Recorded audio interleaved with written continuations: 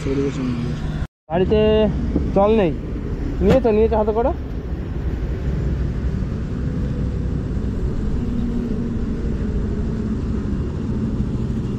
চ নিচে। এই ব্রিজের উপর থেকে যাওয়ার সময় হঠাৎ করে চোখে পড়ে যে ব্রিজের উপরে একটা পাখি পড়ে রয়েছে। তো দেন এটাকে রেস্কিউ করলাম, রেস্কিউ করে এখন একটু একটা দোকান খুঁজতে হবে যেখান থেকে জল খাওয়ানো যায়। দেখে মনে হচ্ছে অবস্থাটা একটু ক্রিটিক্যাল রয়েছে, তো আশেপাশে এখন দোকানটা একটা খুঁজে খুবই দরকার।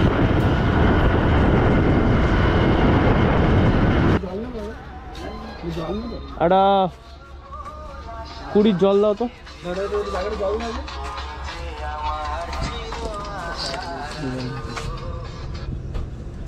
চলো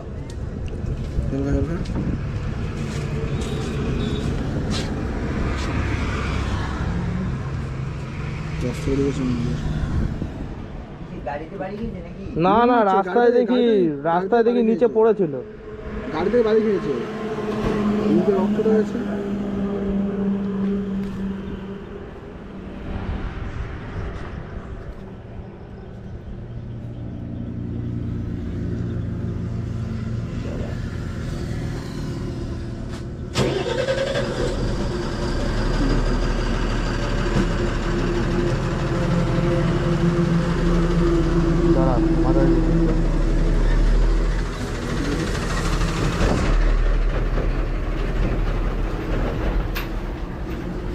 ঠিক আছে, ও ঠিক হয়ে গেছে। হ্যাঁ এই তো ঠিক আছে, আরাম করো। বিস্কুট খায় ওরা, পোকাই খায় ওরা। হাঁপাচ্ছে বুঝলে তো, ভালো হয়ে যাবে, রক্ত হয়ে গেছে। ঠিক আছে, ব্যালেন্সটা আচ্ছা ঠিক আছে।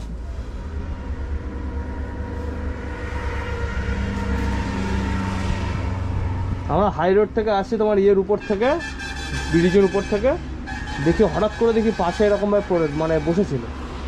যাওয়ার সময় বাড়ি খেয়েছে, বড় গাড়ি গেছিল, বাড়ি খেয়েছে অনেক কষ্ট পাচ্ছিল, বড় গাড়ি করতে পারছিল না, হাত বন্ধ করতে পারছিল না। ঠিক আছে, ছেড়ে দে, ওকে বেশি ইয়ে করিস না, চলে যাবে ঠিক।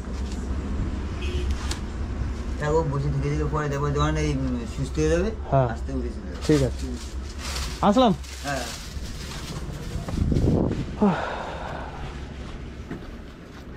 তো এখন থেকে বেশ ভালো লাগছে যে পাখিটা একটু সেফ ফিল করছে, আগের থেকে মানে অনেকটা রিকভারি হয়েছে। আর যা অবস্থায় ওকে রেস্কিউ করা হয়েছিল, মানে ওর কি বলবো, মানে জলের খুবই দরকার ছিল। তো ফাইনালি একটা পেট্রোল পাম্পের পাশে একটা দোকান থেকে জলটা খাবিয়ে এখন ও নিজের মতন আস্তে আস্তে ঠিক রিকভারি হয়ে বাড়ি চলে যাবে। কারণ মেনলি এটা প্রবলেমটা হয় তোমার হাইওয়ে থেকে যখন গাড়িগুলো যায়, পাখিগুলো রোড ক্রস করার সময় পোকা খাওয়ার জন্য, যে ওড়ার সময় মেনলি অ্যাক্সিডেন্টটা ঘটে।